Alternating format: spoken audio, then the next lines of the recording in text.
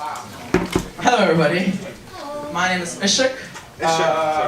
And you might now be wondering, why am I up here?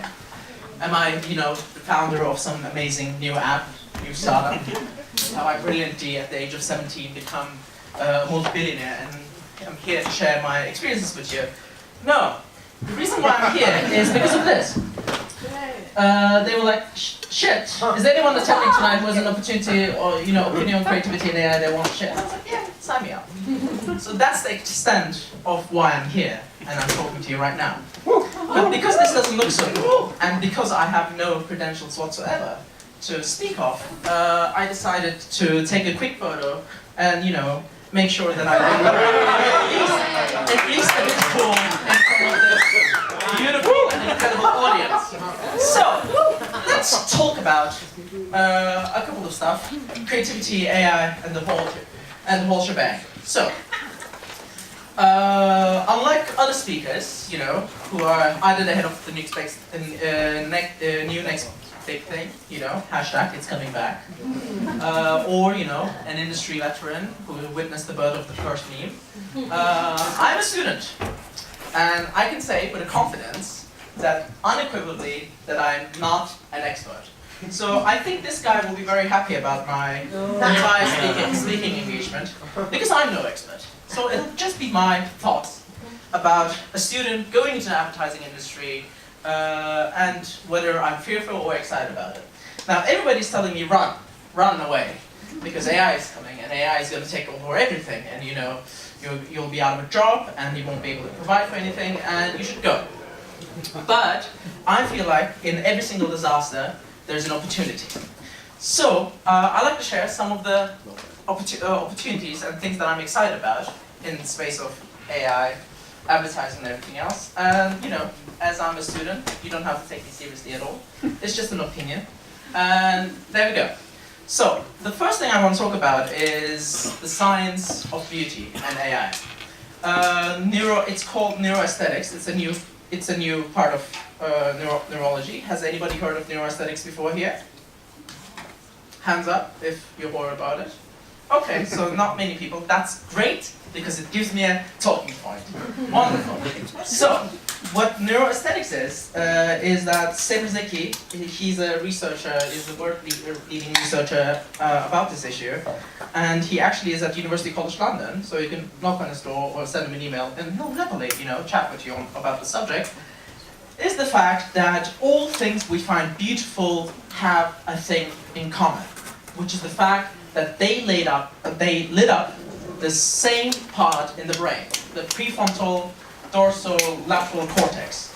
This is the part of the brain that lights up when we find something aesthetically pleasing or something we find beautiful. What they did was, if you want to get technical, is that they showed participants a bunch of different art, namely 40 pictures of abstract art, classical art, impressionist art, etc., etc., etc. And when the pictures were stimulating, this part of the brain lit up.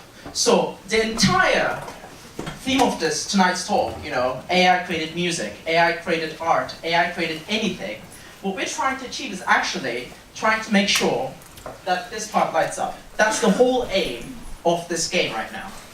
And what's interesting about this is that when we desire something, this very same part of the brain lights up. So what we find beautiful, we covet. In my case, it happens to be Audrey Hepburn, but in your case, it might be someone else. It might be a car, it might be a watch, whatever. So I feel though, as a student, I did a paper on this as well, that neuroaesthetics is the big next frontier, because once we can figure out what makes people desire something, what somebody finds beautiful, then we can make them desire about it, because it's about the same space in the brain. It's in the same little tiny spark. That spark, I feel like, is going to be the whole aim and the whole research area in the future of AI. That 89% of advertising goes unnoticed and is not remembered by the customer. And I believe that nobody in this room wants this number to stay as high as it is. And what I feel as though is that one of the next big frontiers in terms of advertising will be AI-assisted design. There are a couple of companies that work on that. There's a very famous TED Talk. If you haven't seen it, go watch it. It's by someone called Maurice something. I can give you the name. The thing is, if we go back to the beginning, I've been let know that I'm going to be a speaker at this conference, at this thing, only 4 hours ago. So this is the best I have achieved. And the name of the guy is Maurice Monti, and he works at Barcelona with a startup. And what they're trying to do is AI-assisted, for example, car chassis and everything else. And there was a very nice TED Talk about it. I would say go watch it. So another thing I'm very excited about in terms of advertising and the future of advertising is how we can use AI as a way to to design ads. Because the thing is, there are a couple of people here who, for example, in fact work on startups that show, do 50,000 different ways of an ad. They show 50,000 different versions of this ad to different people, and then they collect that data and say, all right, this ad worked the best, we're going to use this one. But if you can figure out neuroaesthetics and say, all right, we know what lights up that part of the brain, and we can use AI to light up that part of the brain, then we don't have to go out and test 50,000 different sorts of images with slight amounts of different art direction and everything else on or we don't even have to have focus groups anymore, because we know what makes us tick.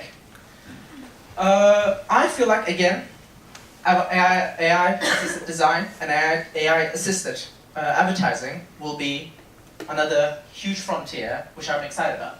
And the next thing is the best, the jack of all trades. I strongly believe that in the future, or in the next 10 years, the future marketer or the advertiser will have to be a jack of all trades. We won't be, fixed in a role anymore. You will have to be the programmer, but at the same time the art director. At the same time, you'll be able to do the copywriting and the art direction and a bit of strategy and a bit of that and that. And the reason for that is that I believe, from the research that I've done, that AI is going to get to a good point in every single aspect at some point. It's not a question of when, it's not a question of if, it's a question of when. So, AI is going to be able to do art direction to a certain point, and will be able to do, wordsmithing and, very good copy to some extent, to a certain point. And will be able to do strategy to even a certain point, and even, customer relations to a certain point. Because everything will be automated. One of the things that humans, or what we as lack, is that everybody here has heard of the Morse law, presumably, how electronics, continually get better. One of the interesting human logical fallacies is that we usually think in a lateral way. So when you ask somebody on the street, 10 years ago, how will phones look like in 10 years? Most probably, they would have thought of the iPhone.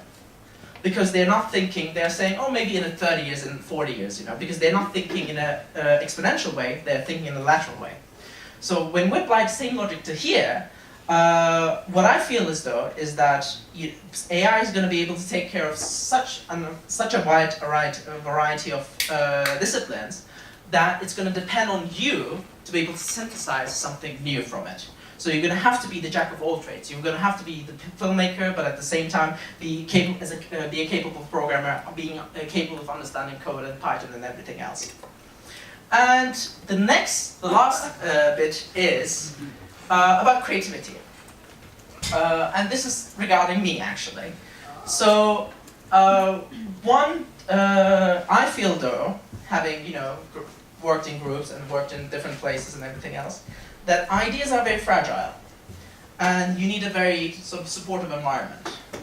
And there was a very good talk on YouTube again by John Cleese about how great ideas come when you play, but not work.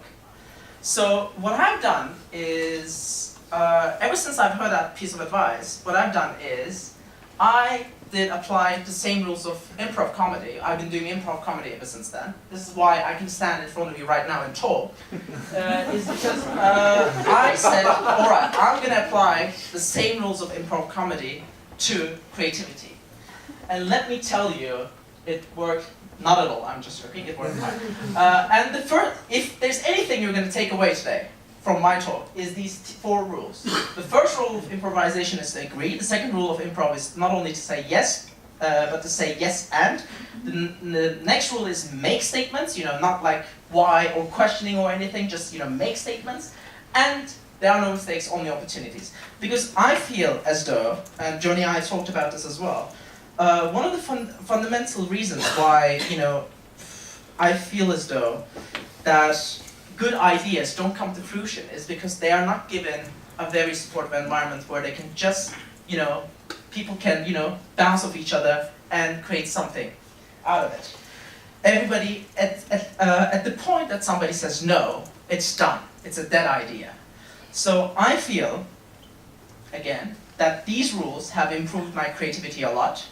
And that my approach to creativity and my approach to advertising or doing something interesting has been completely fueled by, yes, doing the work, doing the research, reading the articles, reading The Economist, reading everything, Ad or Dodge or whatever it is, but also playing with them. And what I'll leave you with this: if you can find partners in crime where you can do this with, where you can treat ideas, business ideas, or whatever it is, the next campaign, the next thing, as a sort of improv comedy, and build on top of each other instead of saying no. You should never say no. Then I feel like great ideas will come to fruition, and creativity can still will stand in front of the behemoth that is AI. Thank you very much. This.